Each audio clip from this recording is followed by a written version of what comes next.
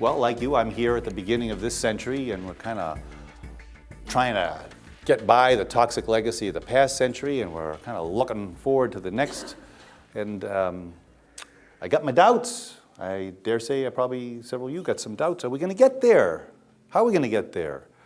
And is things going to be healthier, safer, better? How will we get there?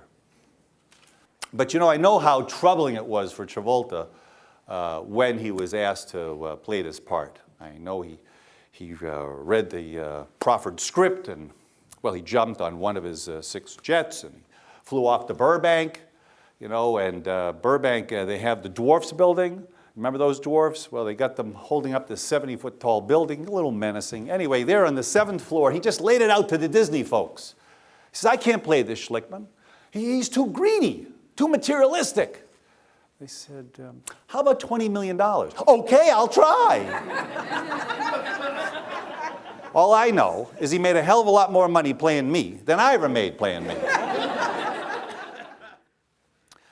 So there I was, you know, I was, well, I had dark hair.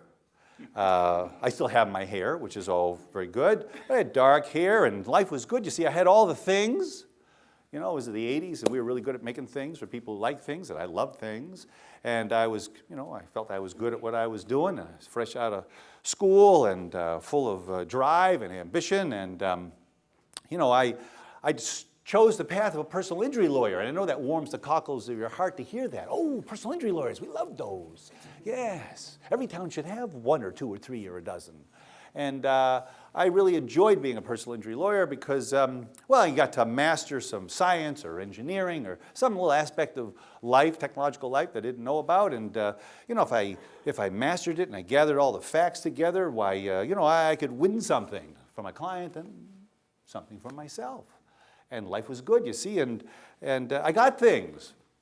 You know, well, I got the clothes, you know, I got the car, everybody knows about the car, and I got the condo, I got the career, I got the colleagues, I got all the C's, I got it all, you know, life was great, and then those mothers from Woburn came into my office, and life was not to be the same. You see, they came in, and they told me a story. And the story that they told me, well, it was Ann Anderson's story. Now, maybe some of you know it, remember it, but it bears repeating. You see, with Ann's story was that she and her husband, you know, they moved to Woburn. It's a working class community just north of Boston, and it's got tree-lined streets. And they moved in there in the 1960s, and, well, life was really good. You know, in fact, they had 2 new wells that they turned on, wells G and H, to welcome new neighbors and new industry in post-war America, in which we were moving from the smokestacks to another kind of industry that had no stacks, a clean industry, so we thought.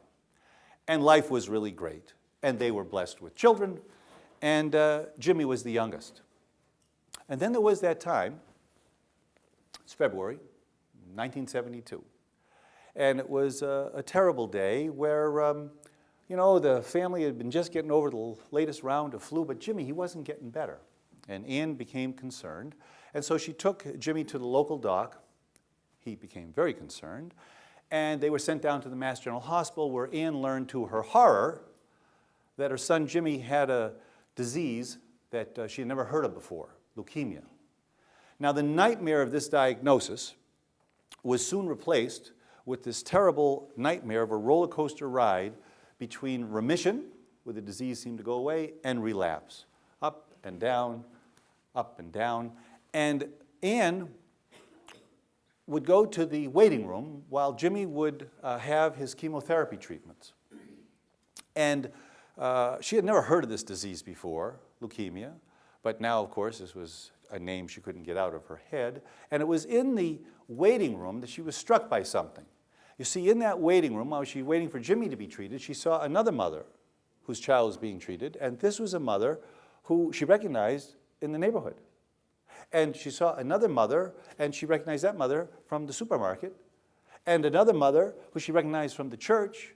And there just seemed to be too many of these mothers with children being treated with this disease she'd never heard of before. And so she got the courage to actually get up, and it took courage, and walk across the waiting room floor and sit down, and together they shared what they knew. I want to extend to you the branch that was extended to me.